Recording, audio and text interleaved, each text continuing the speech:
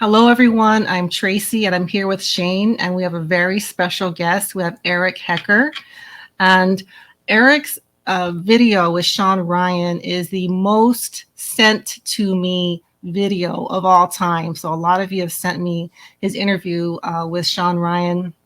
And so I know a lot of you guys are familiar with his work, his experience.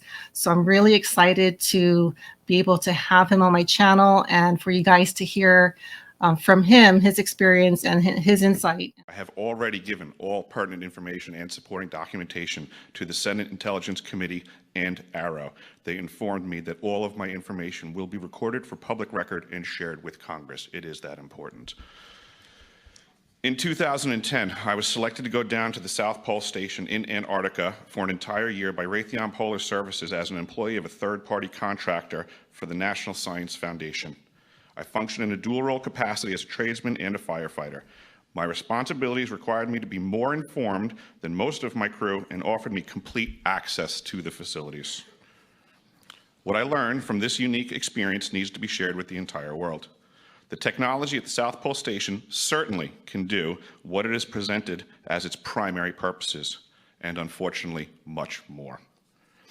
The IceCube neutrino detector is presented as a passive listening device for the purposes of the science as presented. But I'm going to skip right through the chase, folks.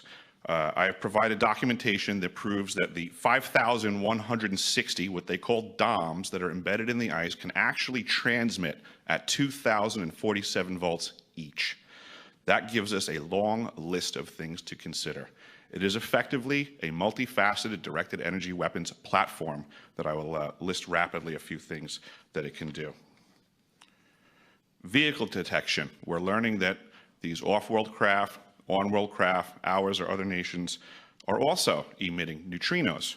So this makes the South Pole Station effectively an air traffic control station for this new level of equipment that nobody's discussing. In addition to the ability to detect neutrinos and the exotic vehicles, I have provided documentation that shows that this is also a system for faster than light communications. In the past, Gary McKinnon has hacked NASA, found the off-world fleet, the list of captains, and it's apparent that if we have faster than light vehicles moving throughout the system, we're going to need faster than light communications. This is that facility. Unfortunately, I have other bad news. The season that I was there, 2010 to 2011, we converted from construction to operations and maintenance in both the elevated station and the detector array. Unfortunately, when they first fired it up, that was when we had the earthquakes in Christchurch, New Zealand. There was 2 incidental shots before they were able to target it correctly. This is an earthquake generating device as well. This is the weapons of war that we have to deal with now and what Raytheon's hiding. I witnessed myself a very powerful green laser shooting out of the top of this facility into the cosmos. This, I believe, is a secondary form of long-range communications and or a defense system. I am not saying that we need to be scared of anything that's out there, but please understand the military-industrial complex is happy to invest all of your money in alleviating their fears. So everyone, please welcome Eric Hecker. So Eric, thank you so much. I'm really excited to have you here. Thank you so much for having me. I appreciate your interest in this topic, and it's unfortunate the events that got us to chatting, but nonetheless, here we are, and this is a topic that people need to be more informed about. Exactly. So you're familiar with the event in Maui, how the town was burned and a lot of people were who lost their lives. A lot of people lost their lives during this event. So through hearing about things from you and other people, other whistleblowers, it really opened my mind to this idea of directed energy. What can you tell us about, as we say, directed energy, like lasers or these energies or weapons that we can kind of see maybe evidence in a place like Lahaina?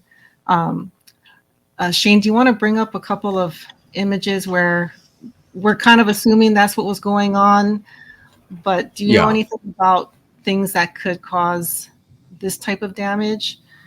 I know that so far, everything that I've seen for the damage in Hawaii is able to be explained by a technology that was proposed, at the very least, a couple of decades before the event.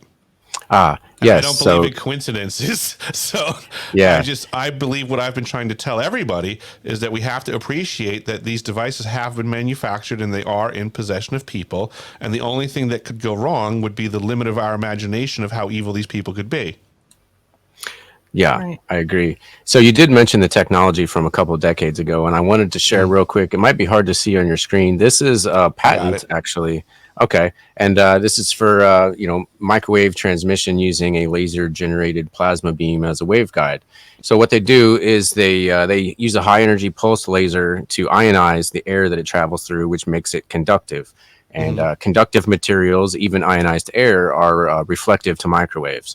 So if they arrange these lasers in a ring configuration, they can contain the microwaves inside of the plasma beam as if it were like an air duct, and they can channel the microwaves to the target. And so now what I do believe, I want to show you some pictures from Lahaina. This is a church in Lahaina that at first glance appears to have been sliced down the center, but when you look closely, you can see that there was an electrical line running down the center of the ceiling, and it appears that some sort of energy propagated through the line, which the power was off, by the way. Some sort of energy seems to have propagated through the line and only burned in proximity to where the electrical line was. And then here's a close-up of where the electrical line was still hanging from the ceiling, and you can clearly see that it really only burned within an inch or two proximity of the electrical line. And to me, that seems to be indicative of microwaves, and I just wanted to see what your opinion was on that. It makes me think of the survey teams, right? So all of that wiring, like you said, was a place of problem. Well, all of that wiring has a frequency being pumped out through it that could be seeked upon.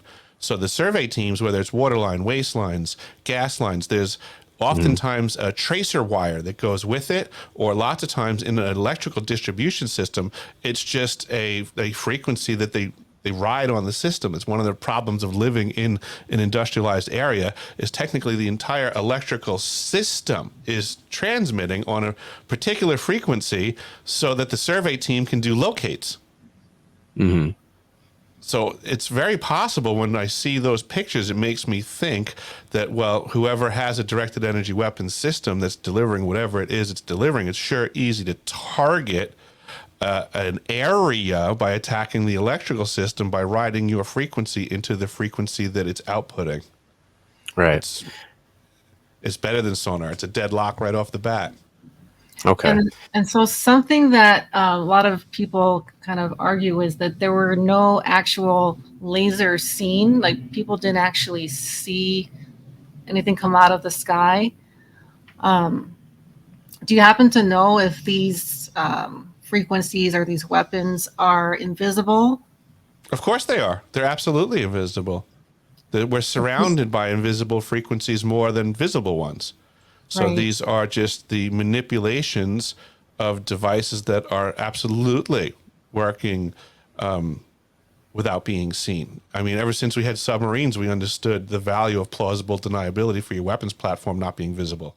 I'm going to show, these are smart meters that were overloaded and melted in Lahaina. And I do want to reiterate that the electrical grid was powered down at this time, but somehow they received some sort of energy that was able to overload them. Now, smart meters do transmit, I think in the microwave range, they're like small antennas that can receive and transmit microwaves. And it seems like maybe their microwave antennas received probably too high of an amplitude and overloaded and melted. It sure seems like you would be hard pressed to show me pictures of stuff like this happening anywhere else on the planet prior to this Hawaiian event. That's where my brain goes on it too, is that there's no precedent set. If this is a normal activity when fires occur, you show me all the other cities that have similar pictures to this from decades and decades of having cameras and fires. Thank you guys so much for tuning in. And if you like this video, please subscribe. And for everyone, like, comment, and share this video with as many people as possible so we can get the word out. So with that, thank you guys so much for being here, and I will see you all soon. Thank you. Bye.